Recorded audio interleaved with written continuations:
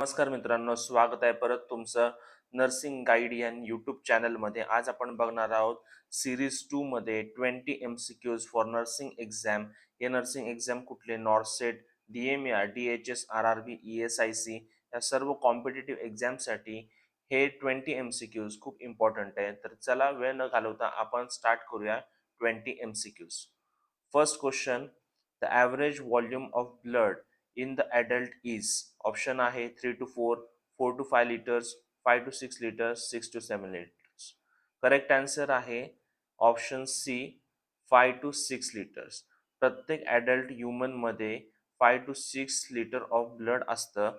म्हणजेच साधारणपणे 8% of the body weight काय असतं? बॉडीमध्ये ब्लड असतं. सेकंड क्वेश्चन आहे, the main component of the blood is the plasma, RBC, WBC, platelets. The correct answer is option A, plasma. आपल्या शरीरामध्ये जे ब्लड आहे त्यामधला सगळ्यात जास्त मोठा पार्ट कुठला आहे? तर तो आहे प्लाझ्मा. प्लाझ्मा किती टक्के असतो ब्लडच्या? 55% असतो.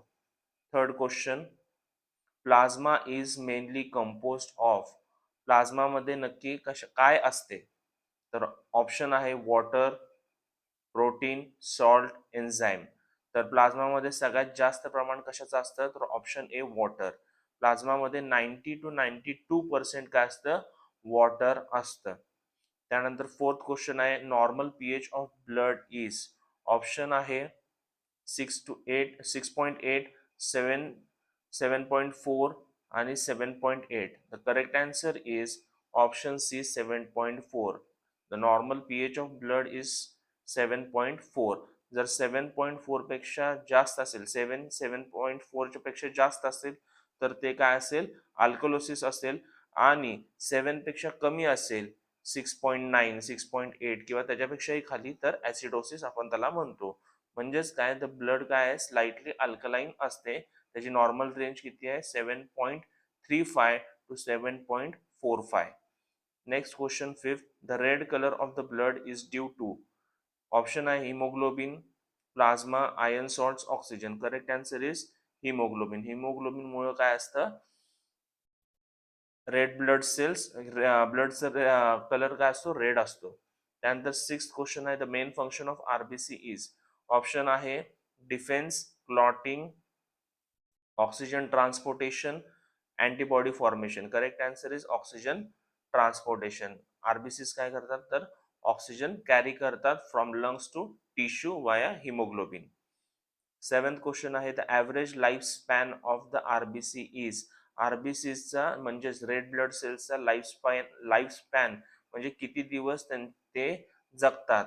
तर ऑप्शन आहे 30 days, 60 days, 90 days, 120 days. Correct answer is 120 days. RBCs किती दिवस सर्व्हाइव्ह होतात? तर 120 days सर्व्हाइव्ह होतात. आणि त्यानंतर ते कुठे डिस्ट्रॉय होतात? कुठल्या ऑर्गन मध्ये? तर स्प्लीन या ऑर्गन मध्ये काय होतं? डिस्ट्रॉय होतात. नेक्स्ट क्वेश्चन आहे, the formation of the blood cell is called as. जे ब्लड तयार होतं त्या फॉर्मेशनच्या प्रोसेसला काय म्हटलं जातं? ऑप्शन आहे हिमोलायसिस, सेकंड आहे हिमॅटोपोइसिस, हिमॅटोस्टॅसिस का haemoglobinisation. The correct answer is option B, haematopoiesis. जे ब्लड फॉर्मेशन होतं त्या प्रोसेसला काय म्हटलं जातं? हिमॅटोपोइसिस. नाइन्थ क्वेश्चन आहे, in adults the haematopoiesis mainly occurs in. हे हिमॅटोपोइसिस म्हणजे ब्लड सेल्स फॉर्मेशन जे होतं ते कुठे होतं? तर ऑप्शन आहे liver, bone marrow, spleen, kidney. Correct answer is bone marrow. तर बोन मध्ये जो बोन मॅरो असतो तिथे काय होतं? हिमॅटोपोइसिसची काय होते? प्रोसेस तयार होत असते. त्यानंतर नर्सिंग गाईड हे ॲप जे आहे हे अतिशय उत्कृष्ट आहे. ह्याच्यामध्ये तुम्ही प्रॅक्टिस, लर्न आणि सक्सेस होऊ शकतात. ह्याचे फीचर्स हे आहेत, 25,000 पेक्षा जास्त MCQs, PYQs, सब्जेक्ट वाईज आणि सिलेबस वाईज हे क्वेश्चन्स तयार केलेले आहेत. व्हेरी हाय क्वालिटी क्वेश्चन्स आहेत. हे नर्सिंग गाईड ॲप हे तुमच्या गुगल प्ले स्टोअर वरती आहे. डाउनलोड करा. डिस्क्रिप्शन मध्ये ह्याची लिंक आहे. प्रॅक्टिस करा आणि सक्सेस व्हा नर्सिंग कॉम्पिटेटिव्ह एक्झामसाठी. ह्याची प्राइस फक्त 399 रुपीज आहे. ही ऑफर प्राइस आहे. लवकरात लवकर डाउनलोड करा. लिंक डिस्क्रिप्शन मध्ये आहे. नेक्स्ट क्वेश्चन, 10th क्वेश्चन आहे, The protein responsible for the oxygen transportation in blood is option आहे fibrinogen, hemoglobin, albumin, globulin. Correct answer is hemoglobin. Hemoglobin काय करतं तर protein, this protein is responsible for what? Oxygen transportation in the blood. Next question आहे the normal RBC count in the adult male is 3 to 4 million cubic millimeter, 4 to 5, 5 to 6 आणि 7 million per cubic millimeter. Correct answer is 5 to 6 million cubic millimeter. Slightly male मध्ये हे आरबीसीचं प्रमाण जास्त असतं compare to womens. 12th question आहे which blood cell has no nucleus. बॉडीमध्ये असे कुठले सेल्स आहेत ज्यामध्ये न्यूक्लियस नसतो. ऑप्शन आहे डब्ल्यूबीसी, आरबीसी, लिम्फोसाइट आणि monocyte. Correct answer is RBCs. म्हणजे रेड ब्लड सेल मध्ये काय नसतं? न्यूक्लियस नसतो. The mature blood cell lacks RBCs. म्हणजेच आरबीसी रेड ब्लड सेल्स मध्ये न्यूक्लियाय नसतो. It only helps in carrying what? Oxygen. Haemoglobin असतं त्यामध्ये आणि हिमोग्लोबिन काय करतं? ऑक्सिजन कॅरी करतं. 13th क्वेश्चन आहे which of the following helps in blood clotting. Option आहे RBC, WBC, platelets, plasma. Correct answer is option C, platelet. Platelet काय करतं? प्लेटलेटलाच दुसरं नाव आहे थ्रोम्बोसाइट. थ्रोम्बोसाइट्स काय करतात? Initiate the clotting formation to stop bleeding. Bleeding stop होण्यासाठी काय करतात? थ्रोम्बोसाइट्स म्हणजेच प्लेटलेट्स क्लॉट फॉर्मेशन करतं. 14th क्वेश्चन आहे which plasma protein helps in clot formation. असं प्लाझ्मा प्रोटीन कुठलं आहे जे क्लॉट फॉर्मेशन साठी उपयोगाचं आहे? तर ऑप्शन आहे albumin, globulin, fibrinogen, haemoglobin. The correct answer is fibrinogen. Fibrinogen काय करतं? Converts into the fibrin threads during clotting. Clotting होताना काय होतं?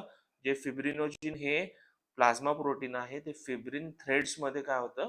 कन्वर्ट होतं आणि क्लॉट फॉर्मेशन होतं. नेक्स्ट क्वेश्चन आहे which organ destroys old RBCs. ह्याच्या रिलेटेड एक क्वेश्चन होता. तर त्याचे ऑप्शन्स बघूया आपण. किडनी, स्प्लीन, लिव्हर आणि बोन मॅरो. करेक्ट आन्सर काय आहे? Spleen. Spleen is called as a grave yard of the RBC. म्हणजे रेड ब्लड सेल्स ज्यावेळेस 120 डेज क्रॉस होतात त्यावेळेस ते काय होतात? डिस्ट्रॉय होतात. कुठं होतात? तर स्प्लीन मध्ये होतात.